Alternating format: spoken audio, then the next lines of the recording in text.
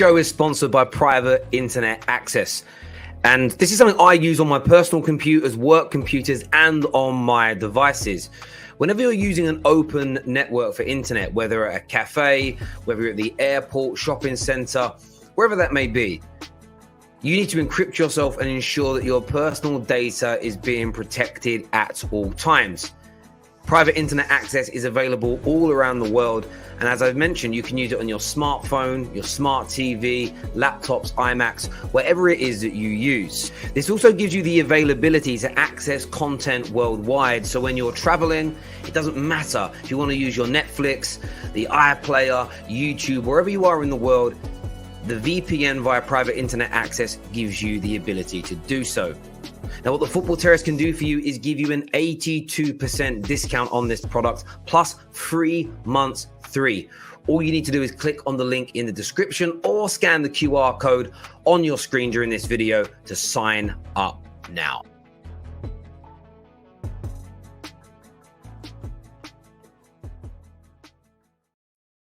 Frenkie de Jong knows his departure from Barcelona is imminent and that it's very close to Chelsea. That is the report this afternoon. Chelsea on the brink. Chelsea on the edge of signing one of the best midfield players in the world, taking him away from Manchester United, who the player describes as unstable, according to the brilliant Ben Jacobs. It is stated here that Frenkie de Jong has rejected the desperate request from Barcelona to drastically reduce his wages amid the ongoing standoff with the club. And this comes at the exact same time that it's been reported that Barcelona have agreed a fee with Manchester City for Bernardo Silva. If the player doesn't take the wage cut, he has been told he's got to leave. Chelsea are circling. They're waiting for the final green light from the player. Personal terms are not said to be an issue, with Chelsea willing to spend big on this player. They are willing to match Manchester United's transfer fee as well.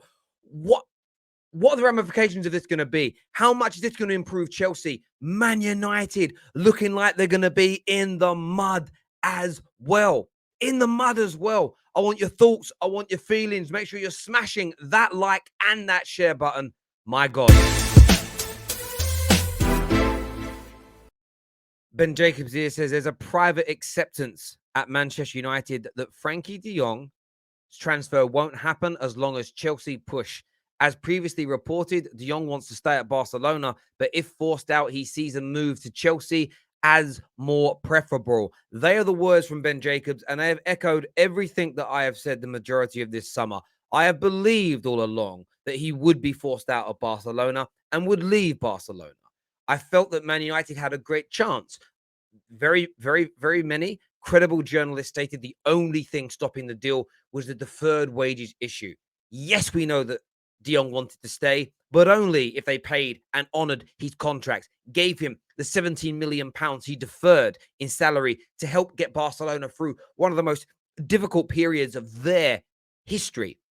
But if they didn't want to do it, they were going to move him on, and the player was open to joining Manchester United Football Club. Personal terms would have been no problem. But the big but in this was always, what if a big Champions League team gets involved? What if a big Champions League team with a world-class manager and a brilliant squad come in for him? Well, you've heard me say it on every single stream. It would be curtains for Manchester United. And I'm going to say this now at this point. I would be shocked beyond belief. Shocked beyond belief if Manchester United ended up landing the individual now. As far as Chelsea are concerned, you can see here from Gerard Romero, this has been stated on a number of occasions now. We've seen this stated, we've seen this put out, but he has said here, and this man has been very much on the button with a large amount of deals this summer. Some people like him, some people don't. But he has stated, and he has been very forthright in this, that Manchester City, that Barcelona, his exit from Barcelona is imminent. He is also the exact same journalist who has claimed and who is pushing out the news that Manchester City have agreed a fee for Bernardo Silva. And that was always seen as the deal. That was always seen as the moment. That was always seen as the piece of business that would be the final now in any in the Frenkie de Jong coffin and his career at at Barcelona. So it's going to be intriguing now to see how this pans out and how this moves forward. But I want your thoughts and I want your feelings, people. Where is Frenkie de Jong going to end up? Where is Frenkie de Jong going to be playing?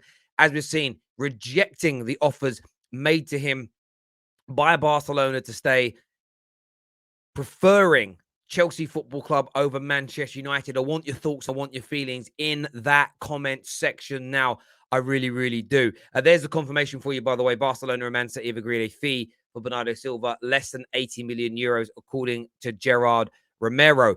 But for me, I look at this deal from a Chelsea point of view for a minute. I'll take my Man United hat off and stay neutral. Fantastic. Said it when Man United were linked with him, so I'm going to say it again. One of the best football players in Europe. And when you look at Frenkie de Jong, he's a top-class defensive midfielder. And the problem that you have when it comes to players like Frenkie de Jong is they're not your stereotypical defensive midfield players. And because they're not your stereotypical defensive midfield players, people often overlook their qualities. People often overlook how good it is they are at the defensive attributes of the game. And I think for me, that's something that needs to be focused on a little bit more, as it were, in terms of the positions that he takes up. Now, excellent on the ball. One of the best distributors, one of the best passers of the ball in European football, can drive forward with speed and with aggression, can use his left foot, right foot, inside of the boot, outside of the boot. There isn't a type of pass that this individual can't make in the game. There's absolutely no doubt about it. But when it comes to the overall level of him, what's really key to focus on is the defensive attributes. And what I want to do is here, I'm looking at the statistics in front of me. So when you look at him in a defensive role, people say, what does he do defensively in games? I'll just give you an example here in league football last year.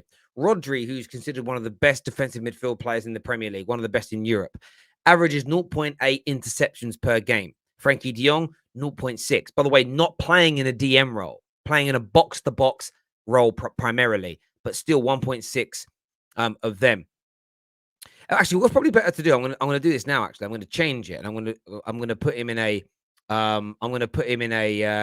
what does he do when he's in the Netherlands team? So in the Netherlands, when he's playing in the DM role, he's making 1.5 interceptions per game, making just under 2 tackles per game. Rodri making 2.2 tackles per game. Possession won per game for Rodri, 0.9 times. Possession won by Frenkie de Jong, 1.3 times. Dribble pass per game, 0.8 times Rodri. Frenkie de Jong gets dribble pass when he's playing in the DM role 0.3 times. Clearances per game. Rodri is making 1.3 clearances per game. Frenkie de Jong, 1.3 clearances per game. Both players, 0 errors leading to shots, 0 errors leading to goals, and 0 penalties conceded. When you look at them as, possession loss is also massive. Possession lost in the DM role for Rodri, he averages 9.1 times per game. Frenkie de Jong, possession lost as a DM, 6.5 times per game. This man is sensational. And he doesn't fit the bill. He doesn't look like a defensive midfield player. But he's of the Busquets. He's of the Michael Carrick. He's of the Pillow type players. Now, they don't get called DMs because people have this mythological thing. It's not mythological. They have this bias, really, that DMs break up play. They run a lot. They're a little bit of blood, sweat, and tears, a little bit of crush and thunder. And that isn't necessarily true. That isn't necessarily true at all. There are more than one ways to skin a cat, and this man does it impeccably well.